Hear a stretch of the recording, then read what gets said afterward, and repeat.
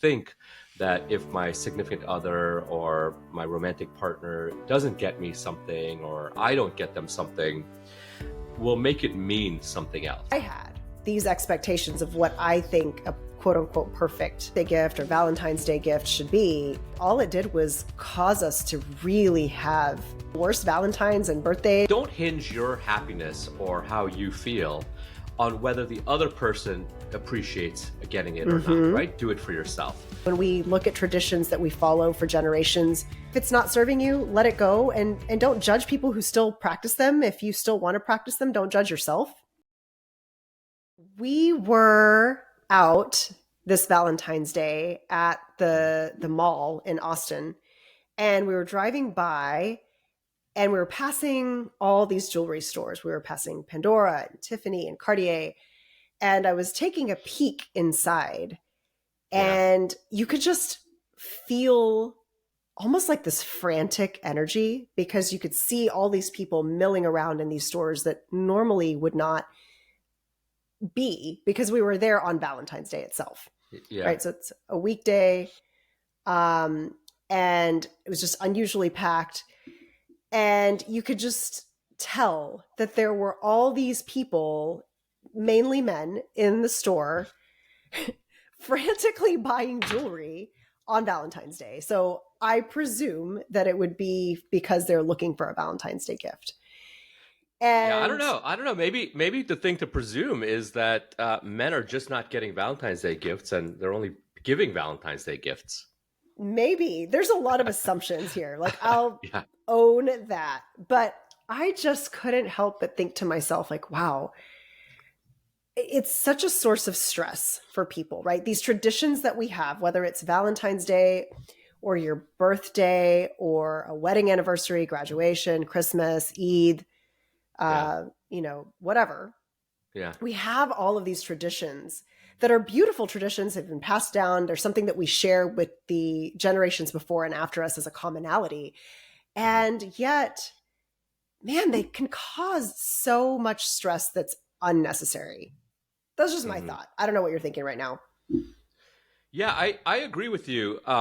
Not just on the like the traditions or Christmas or Valentine's Day. I think in general that we have these expectations of how things should be, right? Right. And I remember when I was going through coach training, we talked about this concept of this manual, that we all have this instruction manual that we have, and it's like an encyclopedia thick, right? If you could see us on YouTube, it's like this thick. It's got all these instructions by which we expect other people to act, behave, do. And we've never shared it with them. So we end up in this place where we think, like I'm using Valentine's Day as an example, like we think that if my significant other or my romantic partner doesn't get me something or I don't get them something, we'll make it mean something else. And that triggers this franticness that you're talking about, or this stress or whatever it comes from. And, I've been seeing that a lot around. And I certainly, when Anjana and I first got married, we would engage in things like that. And if you're not careful, it can really get out of hand quickly, right? So fast. I remember when Manish and I were dating, and I would look to my girlfriends to see, like, what did their boyfriends get them? And what did, when we first got married too, it was like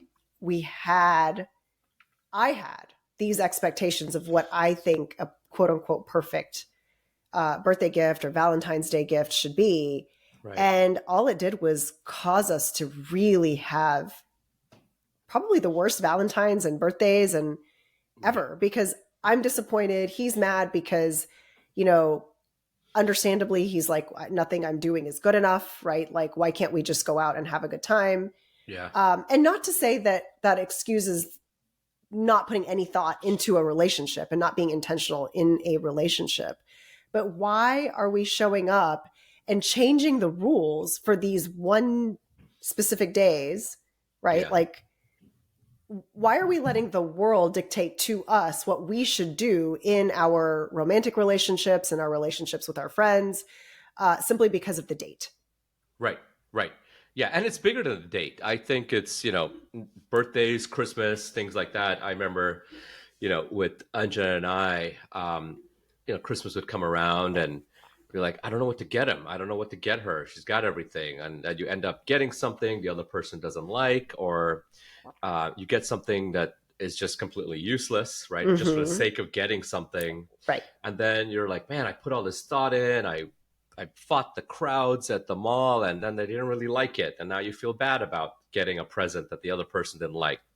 And so actually, Ajahn and I got rid of that. We just tell each other what we want, right? There are certain Yep. things that um, like there's certain things in my life that I need right now, right? Like if I Mm-hmm. want something, I want it right now, I'll get it right now because I need it. And there's other things where I'm like, I don't really need that, but it'd be kind of nice if someone got it for me, right? Mm-hmm. And so I'll tell Anjana that, and then she'll get me that for my birthday or for Mm-hmm. Christmas or for Diwali or whatever. And like, oh, like this is cool. It doesn't make it any less special that I told Right. her about it or she told me about it, and it's really cool. But I want to share a quick story with you Yeah. and how this I think shows up. Yeah, so I was having a conversation with someone recently, a woman, and she was expressing that it would be really nice if my significant other, husband, boyfriend, um, got me flowers sometimes, or got me something, spent some time thinking about me, and surprised me with something. Mm-hmm. And it turned into like a little impromptu coaching session, like in the middle of a hallway. Oh. And I asked her, I said, can I coach you on this? And I asked her, I was like, well, what are you making it mean when they get you flowers or they get you a Uh-huh. gift or something? And she's like, well, and I'll spare you the long drawn out process, but she Right. basically said, well, it means that I'm a priority, Mm-hmm. right? That they're thinking about me, like they're busy and they stopped off at the grocery store and they got me flowers. And listeners, I'm not I'm not dismissing getting flowers or anything like that. This is not about the actual act of getting the flowers. It's about what that person was making it mean. And ultimately it came down to I was making it mean that I'm a priority to him if he Mm-hmm. stops and gets me flowers. And when you push into that a little bit, we know that's not true. We know that she did not think that the fact that him getting flowers is the indicia of being a priority, right? Right. And you know what I'm talking about, Seema. And so then I asked her, I said, okay, well, when you get the flowers, what permission do you now have to feel what? Right? Like what do the Mm-hmm. flowers allow you to feel? And she's like, well, basically it allows me to feel loved, right? Mm-hmm. And when you step back, and I think everyone listening to this, like you don't need flowers to feel loved. Like loving thoughts come from internally, Right. right? You don't need to be given flowers to be given permission to feel loved or to feel like you're a priority. And I think what Seema and I are trying to share here is when that goes off the rails a little bit, when you're waiting for the flowers to feel the permission, to feel the priority, to feel loved, you can get into a lot of that stress. What do you think, Seema? Yeah. I do. I think so much of it is true. And I mean you could dive into that, gosh, forever. Because the root of it is, do you see yourself as enough? Right. Right? You will perceive inadequacy or worry if you are enough in someone else's eyes if you are not grounded in the core fact that yes, you are enough, and that gift doesn't validate you. The big party, surprise party, doesn't validate you. However, we're human, and we also need that sense of connection, right? It feels Right. good to be appreciated and to be seen and and understood. And Yep. like it's so interesting because it's like riding a bike, right? Like there's too far one way and you've fallen off. Right. um so yes, you can show appreciation, yes, you can show love and gratitude and all of those things, but it doesn't need to be on December 25th, Right. on February 14th, or whatever your birthday is, or simply because you graduated, you're expecting, or it's tradition to give XYZ. For a long time, like Christmas was pretty stressful for us. I went through this phase where people would just give stuff to the kids without Hmm. really understanding what it is that they like and what they don't like. And then Right. to just have, like, it's a mess, right? It's overwhelming for the kids because their brains can't function on having just so many distractions all in one room at one time. We're overwhelmed because there's a lot of packaging and there's a lot of waste that, Hmm. both Manish and I sort of that tends to get our goat a little bit. But Yeah. also just waste in general in terms of what are you looking to feel, going back to that, right? What are you looking to gain out of, if you're putting all of your eggs in one basket and saying, I'm going to get this person something so Right. that they have this reaction and they put me on a pedestal, you're setting yourself up for disappointment.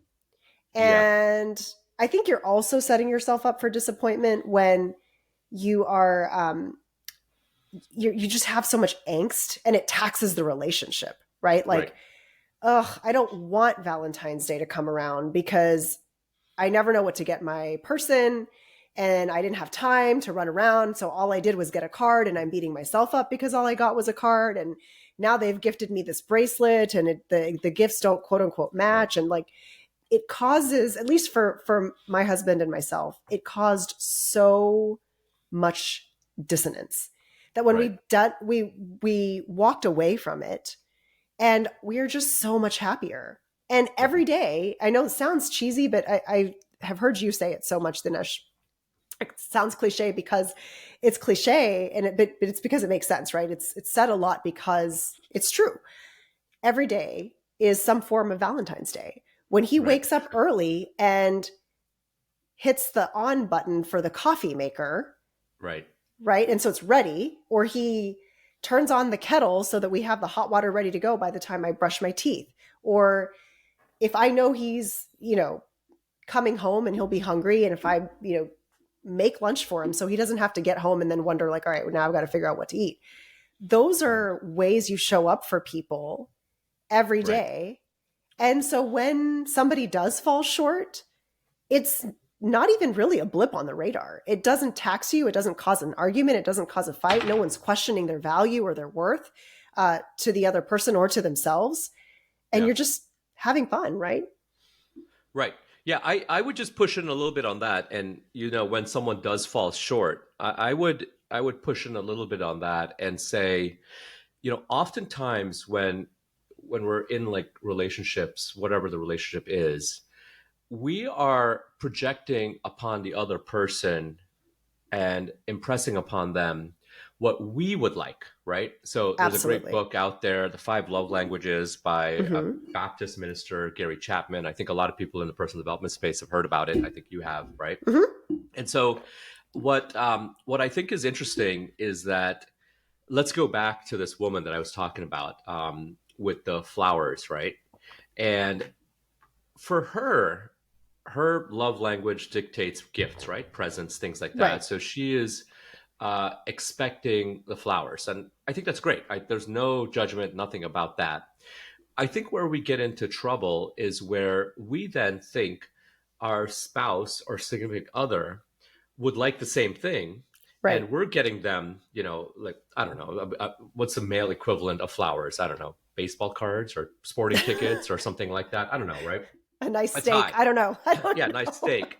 And then we're getting that stuff for them. And we turn out to be ships passing in the night, right? Yeah.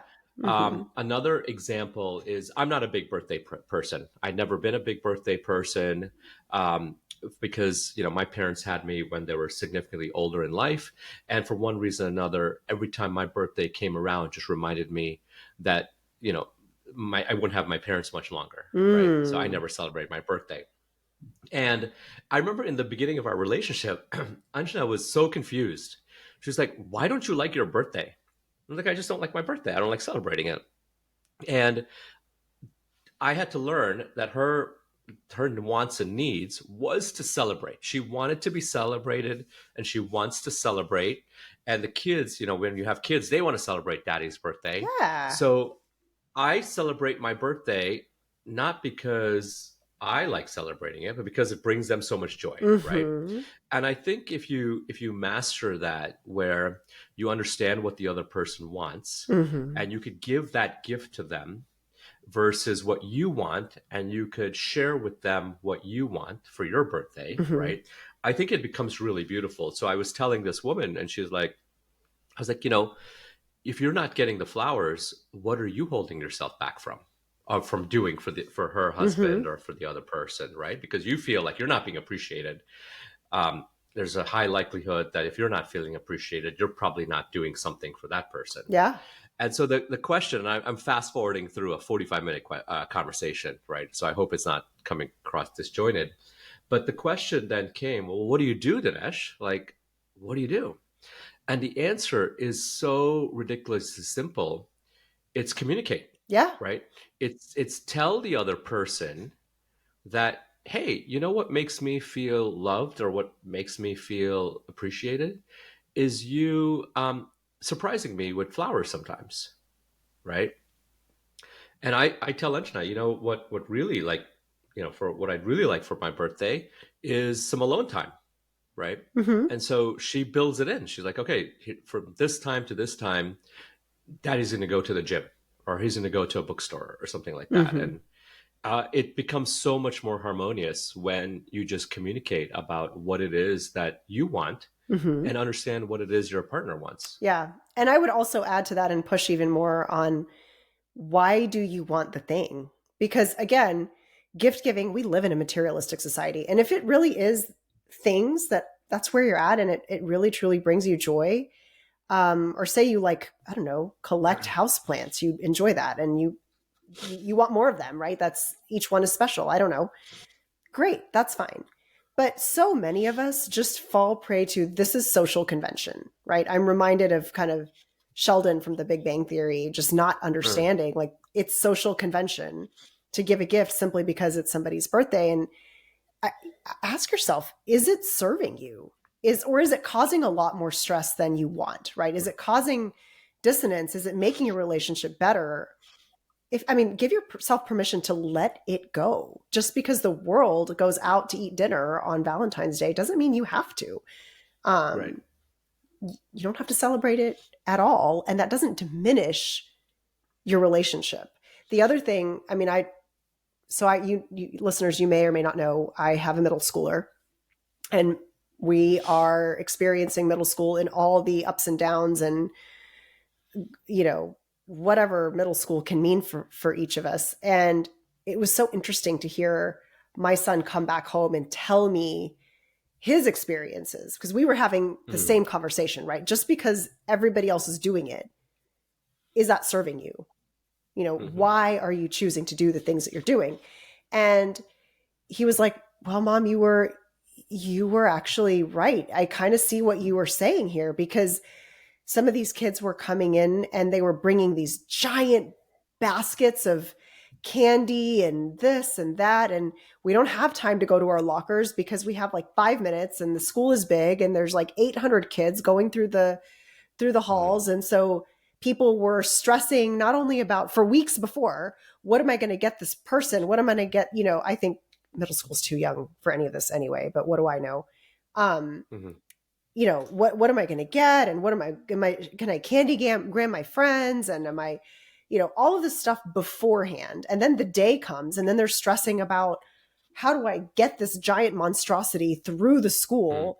And then you give it to the other person. And then this kid is like carrying it around with all of their other stuff. And then it's forgotten the next day, right?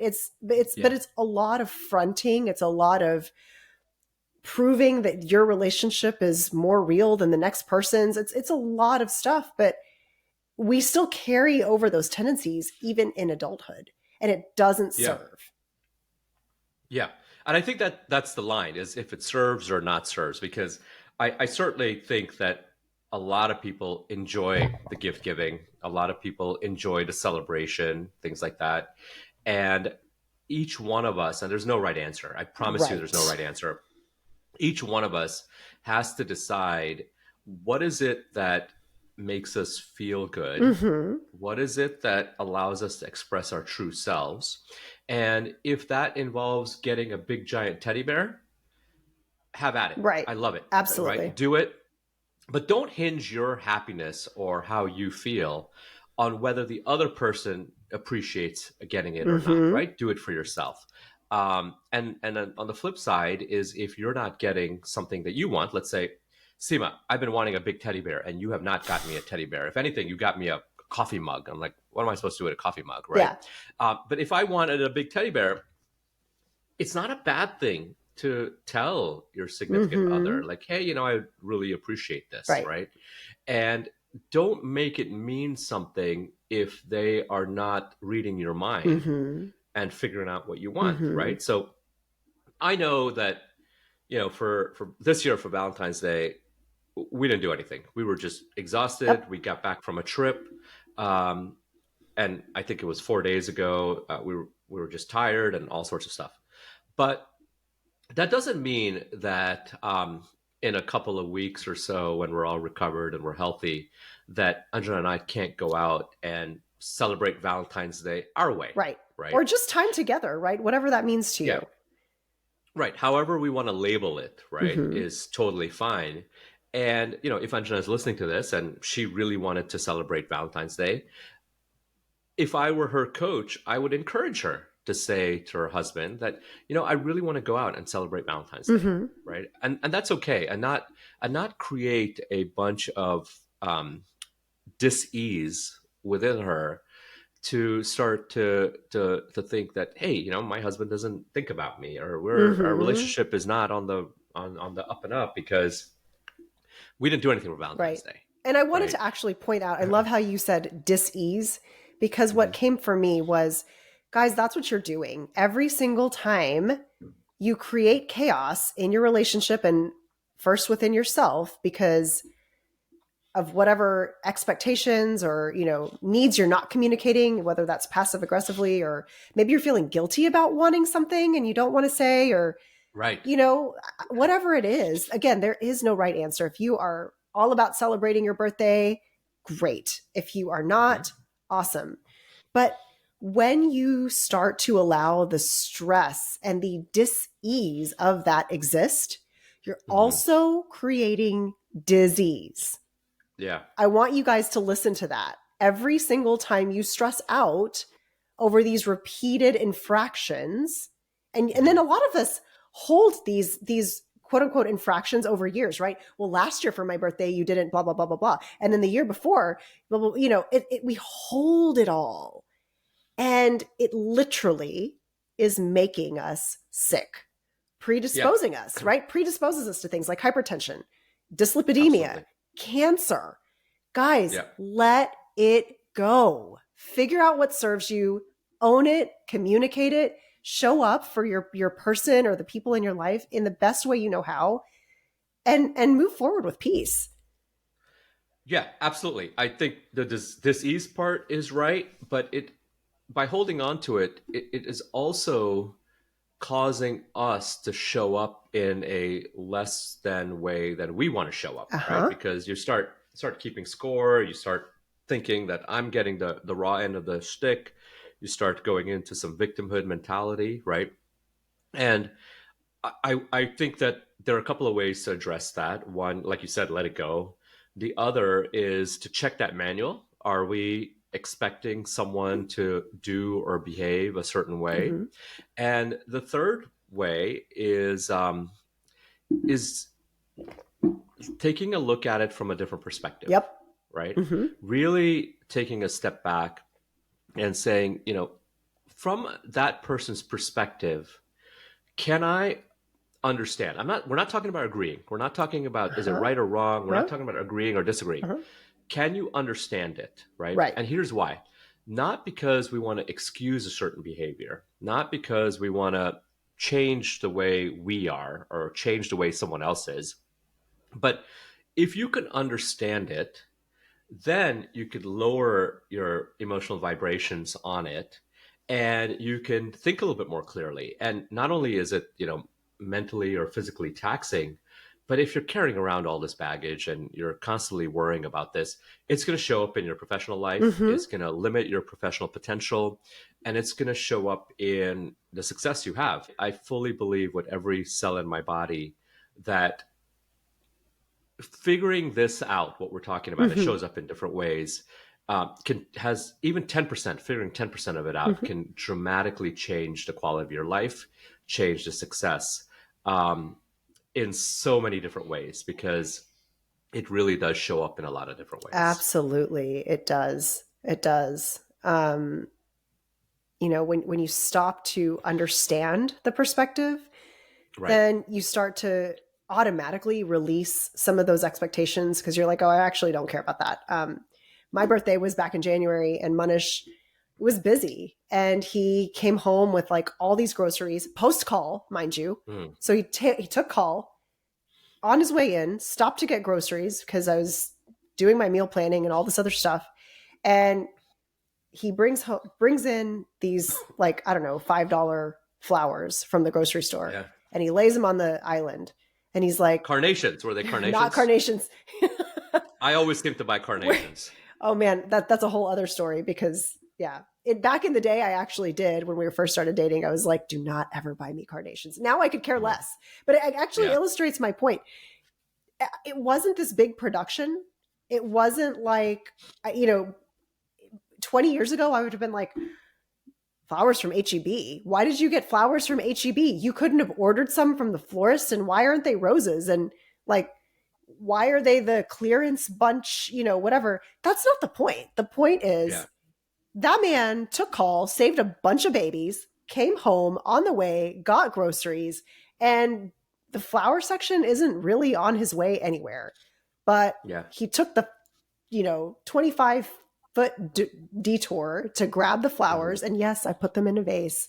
No, it wasn't ceremonious. No, it wasn't, but sometimes we also can get caught up in not only the what, but the how the thing is Right. being given.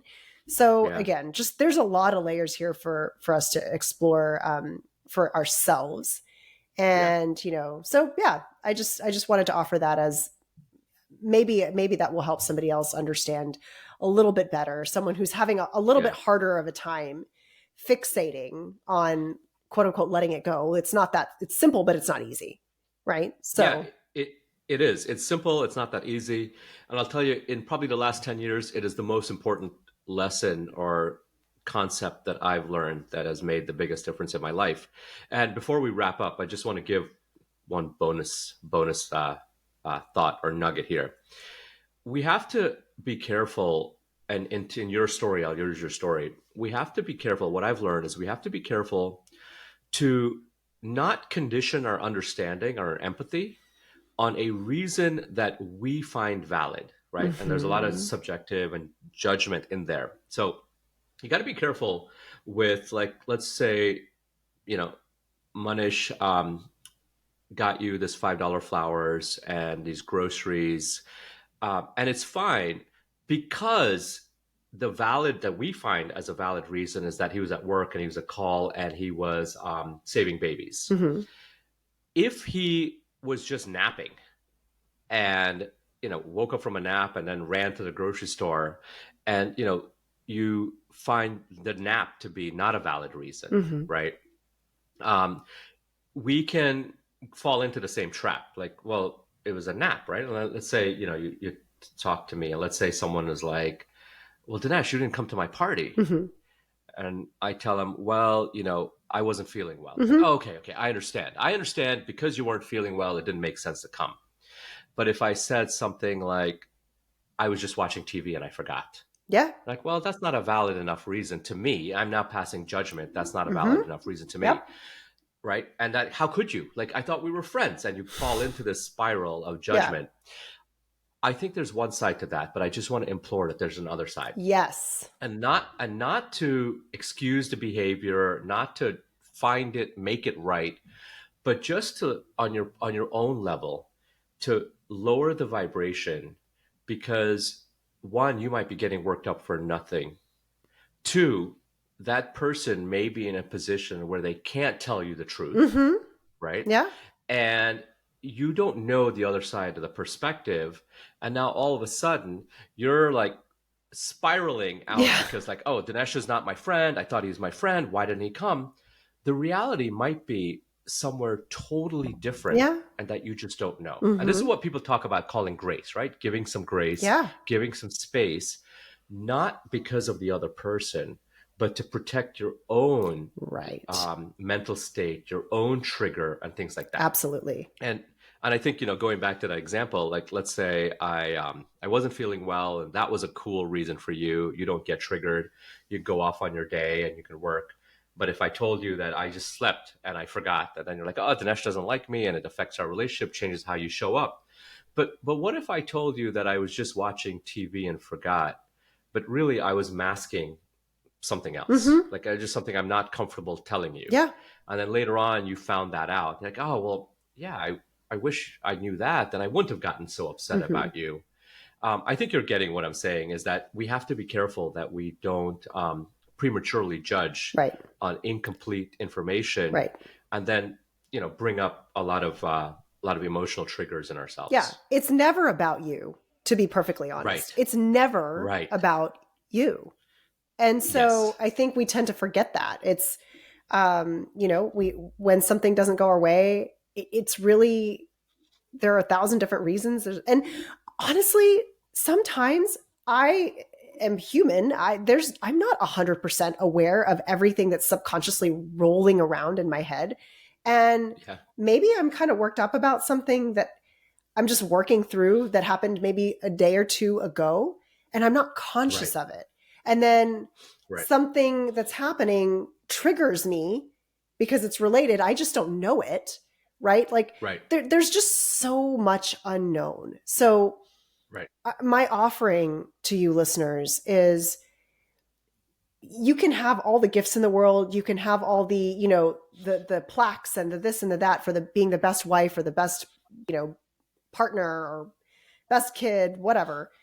Um, but if you don't recognize that there's a lot of unknown that happens for all of us, Hmm. really, I think you're setting yourself up to consistently be stuck in this state of looking for more, wanting more, demanding more, justifying, masking, and you waste your own Right. bandwidth.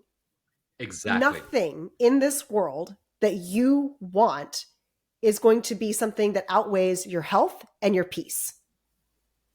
Right.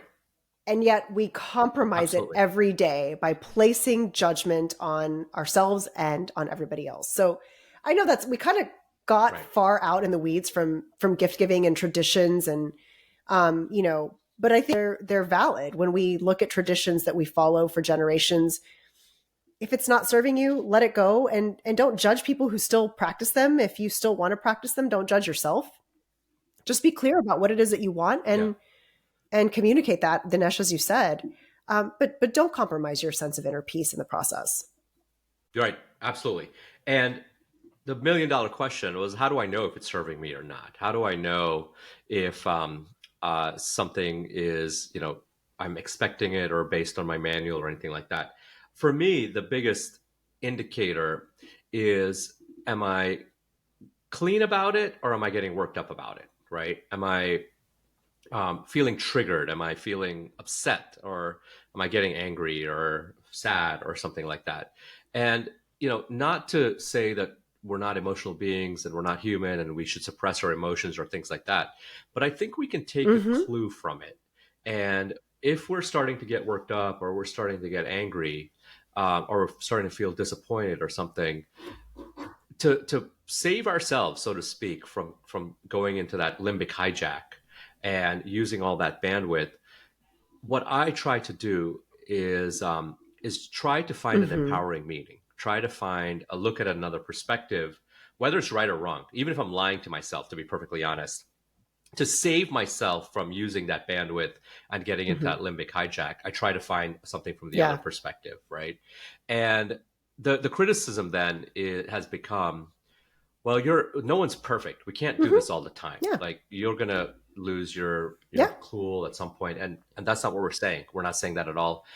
If you can bring awareness to this and you can do it 1 out of 100 times, 10 out of 100 times, the benefits, the dividends that pay from this are Mm-hmm. exponential, right? And so if I can catch myself 10 times out of 100, I can promise you what I've experienced in my life is a doubling Mm-hmm. or a quadrupling of maintaining my composure, not reacting in a certain way that I would Mm-hmm. regret later on, and being able to maintain relationships in a way that that don't have Mm-hmm. any bumps in them. Yeah, I know I want to see those people in my life that don't hold expectations of me, because they're always fun to be Yeah, around. I'm not holding any grudges. I'm not worrying about what they're thinking of me. I'm not, it really truly becomes um, a relationship that's meaningful and steeped in connection and validation and understanding to help us